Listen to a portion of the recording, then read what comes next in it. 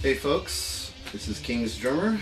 This is my first ever video that deals with vinyl records. I just joined the vinyl community. I just got into collecting vinyl probably the last couple of months. So right now I'm only at 90 records. My collection's not as big as the videos I've seen of you guys. But you guys are what inspired me to even get started. I see the size of everyone's collections. I'm in awe. I see the different musical tastes, the rare finds, and just general cool stuff. And listening to all your stories and watching your videos has inspired me to go out and hunt down some vinyl. And so here I am joining in the fun. So before I get started, I'll let you know what I'm listening to. It's not a vinyl, it's a CD, but one of my favorite bands. The band is called Porcupine Tree. The name of the CD is called Light Bulb Sun. The name of the song that's playing right now is called Four Chords That Made a Million. And I think this record came out in 2000. And I just dig the cover. Great cover, great band. If you see their vinyl or their CDs out there, you really can't go wrong with any Porcupine Tree record or CD. They make some amazing music. So if you're into Floyd and Rush, you most likely will like this band.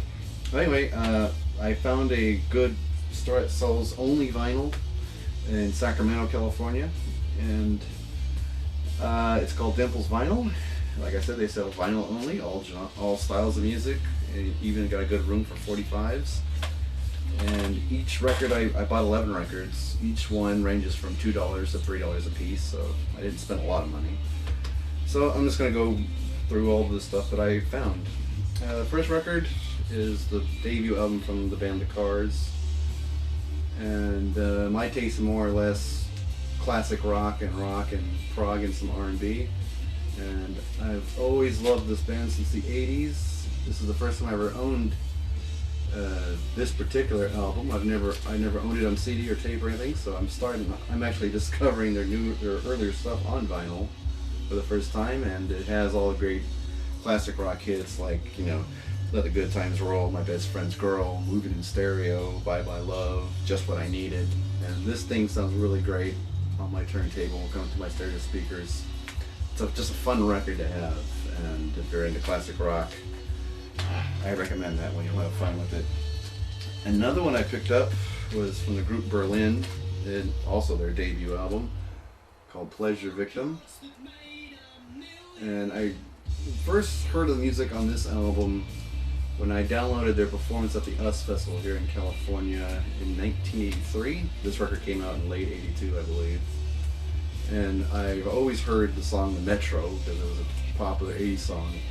But it made me remember the song Masquerade, made me remember the song Tell Me Why, Sex, and Pleasure Victim. This is actually a fun record if you were into like 80s new wave and songs with a lot of keyboard, like synth pop, kind of new wave sound of the early 80s. This is a fun record to have. And I even went ahead and got their second album, the follow-up to that one, which is called Love Life from Berlin. And the reason I get all these Berlin records, mostly because I got a crush on the lead singer. Her name is Terry Nunn, and she is just drop dead gorgeous and has a great voice, but she's real energetic. She's not just a pretty face, she's got a powerhouse voice, and she gives some really energetic performances, so she's real fun to watch and real fun to listen to, and the music's real great. The big song on this record was No More Words. But there's also some great songs like Pictures of You, Now It's My Turn, Dancing in Berlin, Touch. So if you're into 80s pop, that's a fun one. And here's a record that's gonna get tons of play from me.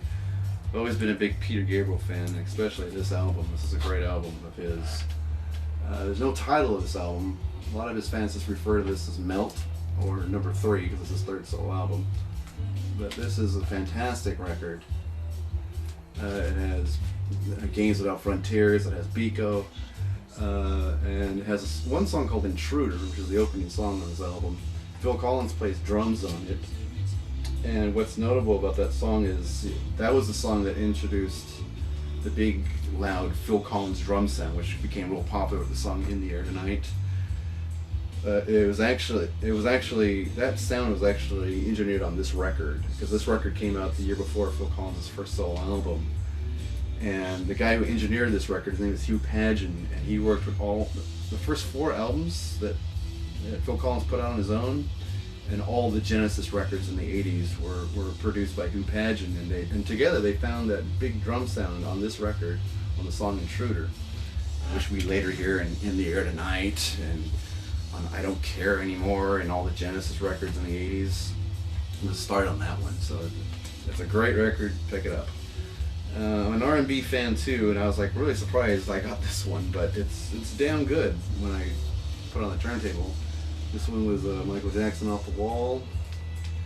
What I like about this one is, this is before he started programming everything, programming the drums, the bass. He actually used actual studio musicians for songs like Off the Wall and Don't Stop Till You Get Enough, I Want to Rock With You, Got Me Working Day and Night. It's just a great R&B and funk record when he was still doing that. Not that he really stopped, but it's just cool to hear Michael with actual musicians and not a bunch of programmed drum machines and synthesizers. And that's a fun record as well, and he sounds awesome on it. The songwriting's great. Quincy Jones really knows how to produce a record, because that thing sounds amazing. Whether you're a fan of that style or not, you'll be entertained. And this record is one of my favorite albums from this classic rock band, Van Halen. Fair Warning has my all-time favorite Van Halen song, which is called Mean Street, but also has Unchained, So This Is Love, Hear About It Later, and the bass solo, or at least I think it's a bass solo, called Sunday Afternoon in the Park. Some people, the big debate is when was Van Halen at their best? Was it with Sammy Hagar, or was it with David Lee Roth? I'm actually a fan of both. The bands with both singers. No one ever includes Gary Sharon in this discussion, unfortunately. But as far as the David Lee Roth years, I think this is my personal favorite. I think a lot of people think it's Van Halen 1 or 1984. I actually think it's this record. This is known to the fans as the Guitar Player's record, because there's some really amazing guitar work on this album. So if you want to get into Van Halen, don't know where to start, this might be a good place right here. It doesn't quite have the hits, but it has some amazing stuff on it. And this was a big influential record on me back in the day, and still now.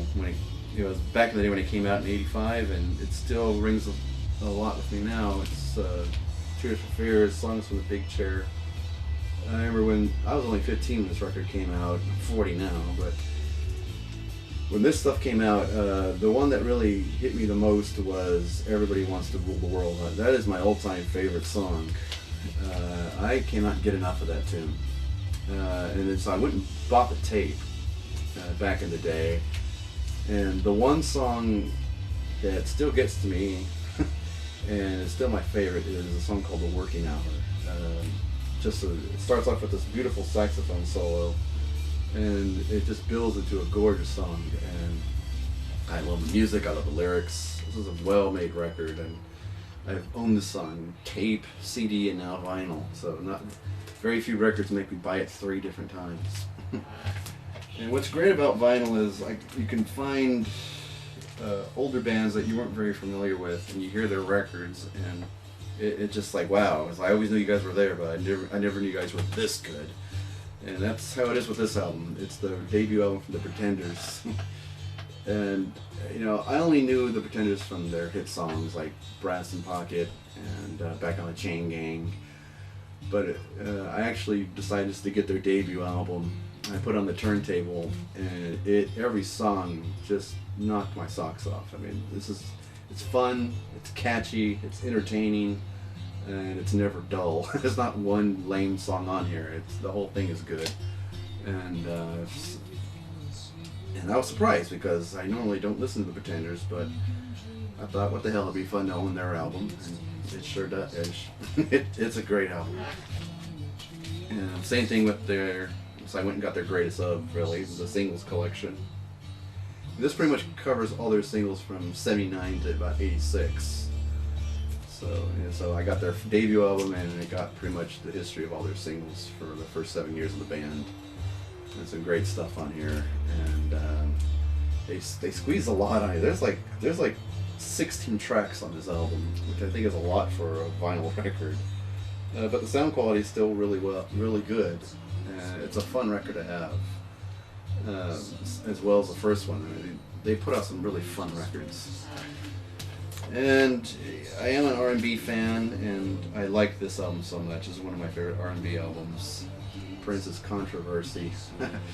No, this is when Prince was still just making R&B records, really. This is before he got into the mainstream with Purple Rain in 1999.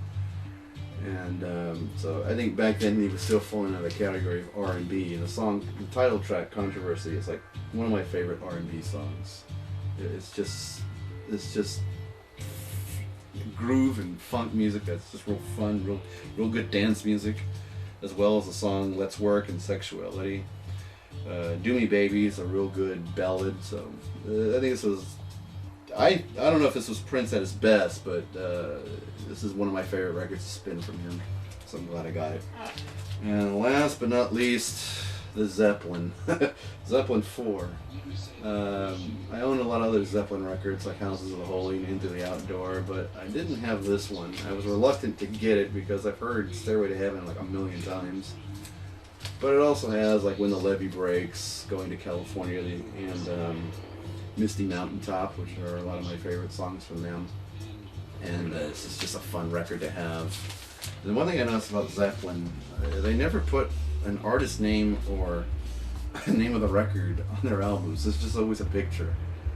And same with the inside. We've all seen it, right? At least I hope we all have seen it. And so they never put an artist name or album name on their records, and that's what makes their vinyl covers so fucking cool and very individual. Well, those were the new records I got this week, and that kind of elevates my record collection to a mere 90 records, but I hope to have the big library that all of you guys have. Well, that's going to do it for my first video. Leave me some comments, leave me some feedback, and hopefully these videos will get better. Take care.